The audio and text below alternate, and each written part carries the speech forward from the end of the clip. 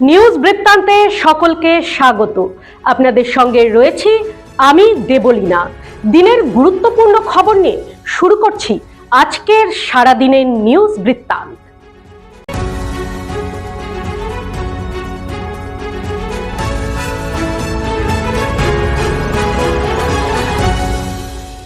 সারাদিনের নিউজ বৃত্তান্ত নিবেদন করছেন জুয়েলার্স, সোনা যা সর্বক্ষণের। Agnishwar jewellers, NS road, Raiganj. Shri Dhaka jewellers, আভিজাত্যের গয়না। ত্রিনয়নী জ্যোতিষ কার্যালয়, শ্যামপুর মোড়, দেবীনগর, রায়গঞ্জ। নেশামুক্ত সমাজ করতে Raiganj unity foundation, Rupahar, Raiganj. North বেঙ্গলের সেরা সুপার স্পেশালিটি হাসপাতাল Jibanrekha. Spectrum health care diagnostics, Apollo clinic, এখন রায়গঞ্জে। রায়গঞ্জের সুভাষগঞ্জ এলাকায় নেতাজি মোড় সংলগ্ন পূর্ত দফতরের জমিতে অবৈধ নির্মাণের অভিযোগ উঠেছে এক জেলা পরিষদের অবসরপ্রাপ্ত ইঞ্জিনিয়ার শঙ্কর কুমার রায়ের বিরুদ্ধে। ঘটনাকে কেন্দ্র করে এলাকায় ব্যাপক চাঞ্চল্যের সৃষ্টি হয়। স্থানীয় বাসিন্দাদের অভিযোগ, সরকারি জমির ওপরে এই নির্মাণের ফলে গুরুত্বপূর্ণ ওই রাস্তা ক্রমশ সংকীর্ণ হয়ে পড়ছে। এতে যান চলাচলে সমস্যা তৈরি হওয়ার পাশাপাশি ভবিষ্যতে দুর্ঘটনার আশঙ্কাও বাড়ছে বলে দাবি তাদের। বিষয়টি নিয়ে এলাকাবাসীর মধ্যে ক্ষোভ ছড়িয়ে পড়ে। অভিযোগের মুখে শঙ্কর কুমার রায় নিজের ভুল স্বীকার করেছেন, তবে তার দাবি ওই রাস্তার ধারে আরও বেশ কিছু বেআইনি নির্মাণ রয়েছে, সেগুলির বিরুদ্ধে স্থানীয় বাসিন্দারা তেমনভাবে সরব নন বলেও অভিযোগ করেন তিনি।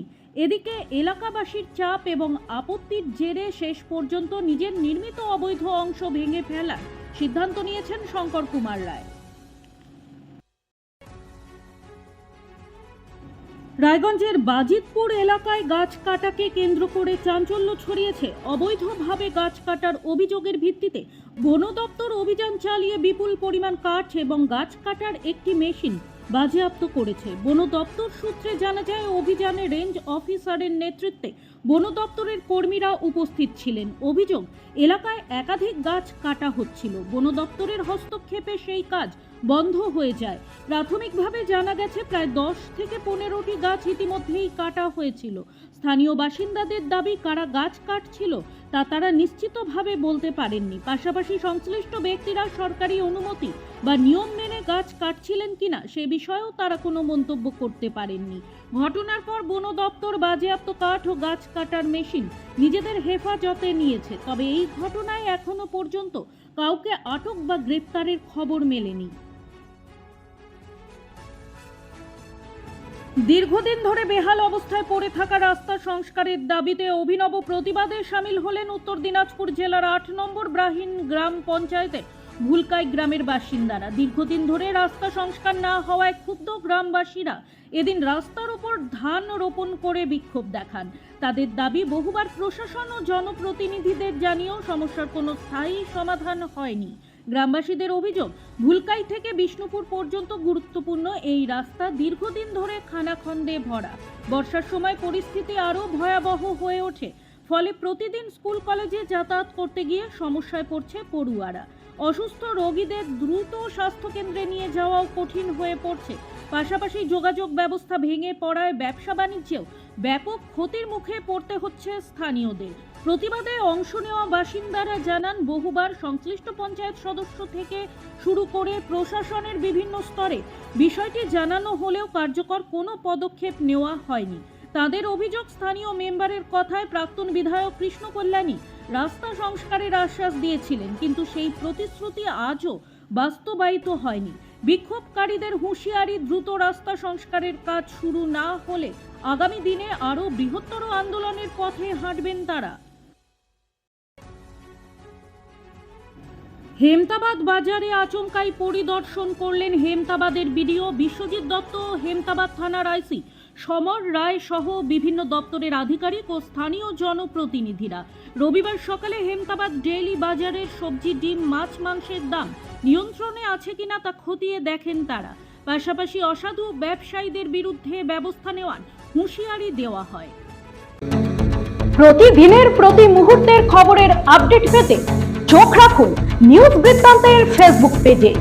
সাবস্ক্রাইব করুন নিউজ বৃত্তান্ত ইউটিউব চ্যানেলকে।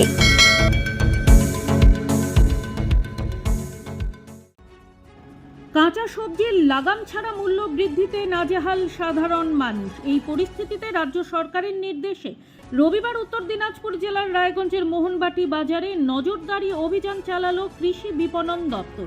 অভিযানে নেতৃত্ব দেন কৃষি বিপণন দপ্তরের আধিকারিকরা। তাদের সঙ্গে উপস্থিত ছিলেন রায়গঞ্জ থানার আইসির নেতৃত্বে বিশাল পুলিশ বাহিনী। কৃষি বিপণন দপ্তর সূত্রে জানা গিয়েছে, সাম্প্রতিক সময় কাঁচা সবজির খুচরো বাজার দর অস্বাভাবিক হারে বেড়ে যাওয়ায় মধ্যবিত্ত ও সাধারণ ক্রেতারা চরম সমস্যার মুখে পড়েছেন। সেই কারণেই বাজার পরিস্থিতি খতিয়ে দেখতে এবং মূল্য বৃদ্ধির কারণ অনুসন্ধানে এই অভিযান চালানো হয়।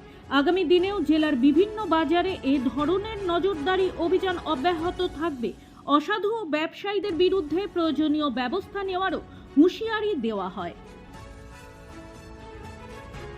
রবিবার 2 আগস্ট দিনহাটায় ভারতের যুব ও ক্রীড়া মন্ত্রকের সহযোগিতায় নেশামুক্তি বিষয়ক সচেতনতা র্যালি ও আলোচনা সভা অনুষ্ঠিত হয়।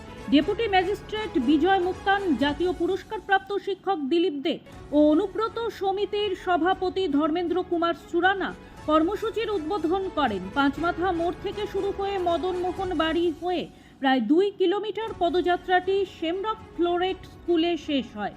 র্যালিতে প্রায় 150 জন অংশ নেন। পরে স্কুলের অডিটোরিয়ামে সভায় বিজয় মুক্তান নেশা মুক্ত সমাজ গড়ার গুরুত্ব তুলে ধরেন। অনুব্রত সমিতির উষা সুরানা ও রাজকুমার পুগালিয়া মহাপ্রাণ ধ্বনি ও মেডিটেশন করান। ব্যবসায়ী রানা গোস্বামী নেশার কুফল নিয়ে বক্তব্য রাখেন। অনুষ্ঠান সঞ্চালনা করেন অধ্যক্ষা পারমিতা সরকার। শেষে ধর্মেন্দ্র কুমার সুরানা সবাইকে ধন্যবাদ জানিয়ে কর্মসূচির সমাপ্তি ঘোষণা করেন। উত্তরবঙ্গ সফরে এসে শিলিগুড়ি পুর নিগমে জনসংযোগ কর্মসূচিতে অংশ নিলেন রাজ্যের নগর উন্নয়ন ও পৌর বিষয়ক মন্ত্রী অগ্নিমিত্রা পাল। রবিবার কলকাতা থেকে বিমানে বাগডোগরা বিমানবন্দরে পৌঁছে তিনি সড়ক পথে শিলিগুড়ি পুর নিগমে যান। সেখানে তাকে স্বাগত জানান পুর নিগমের কমিশনার বীর বিক্রম রায় এবং প্রশাসক মণ্ডলীর সদস্য আর বিমলা। পুর নিগমে আয়োজিত জনসংযোগ কর্মসূচিতে ফোনের মাধ্যমে নাগরিকদের কাছ থেকে পৌর পরিষেবা সংক্রান্ত বিভিন্ন সমস্যা, অভিযোগ ও পরামর্শ শোনেন মন্ত্রী। তিনি সংশ্লিষ্ট আধিকারিকদের দ্রুত সমস্যার সমাধানের নির্দেশ দেন এবং নাগরিকদের উন্নত পরিষেবা দেওয়ার ওপর জোর দেন। এরপর উত্তরবঙ্গের বিভিন্ন পুরসভার আধিকারিকদের নিয়ে একটি পর্যালোচনা বৈঠক করেন। প্রথম পর্যায়ের জনসংযোগ কর্মসূচি শেষ হওয়ার পর একটি আভ্যন্তরীণ বৈঠক করেন মন্ত্রী। পরে সাংবাদিক বৈঠকে উত্তরবঙ্গের উন্নয়ন নিয়ে এক গুচ্ছ গুরুত্বপূর্ণ ঘোষণা করেন। মন্ত্রী বলেন, নাগরিক পরিষেবা আধুনিকীকরণ, পরিচ্ছন্ন শহর, উন্নত অবকাঠামো, পরিবেশ বান্ধব উদ্যোগ এবং প্রযুক্তি নির্ভর পরিষেবার মাধ্যমে উত্তরবঙ্গকে নতুন উচ্চতায় পৌঁছে দেওয়াই রাজ্য সরকারের লক্ষ্য। সারাদিনের নিউজ বৃত্তান্ত আজ এই পর্যন্তই। দেখতে থাকুন, সঙ্গে থাকুন, চোখ রাখুন নিউজ বৃত্তান্তে। নিউজ বৃত্তান্ত, হলুদ নয়, স্বচ্ছ।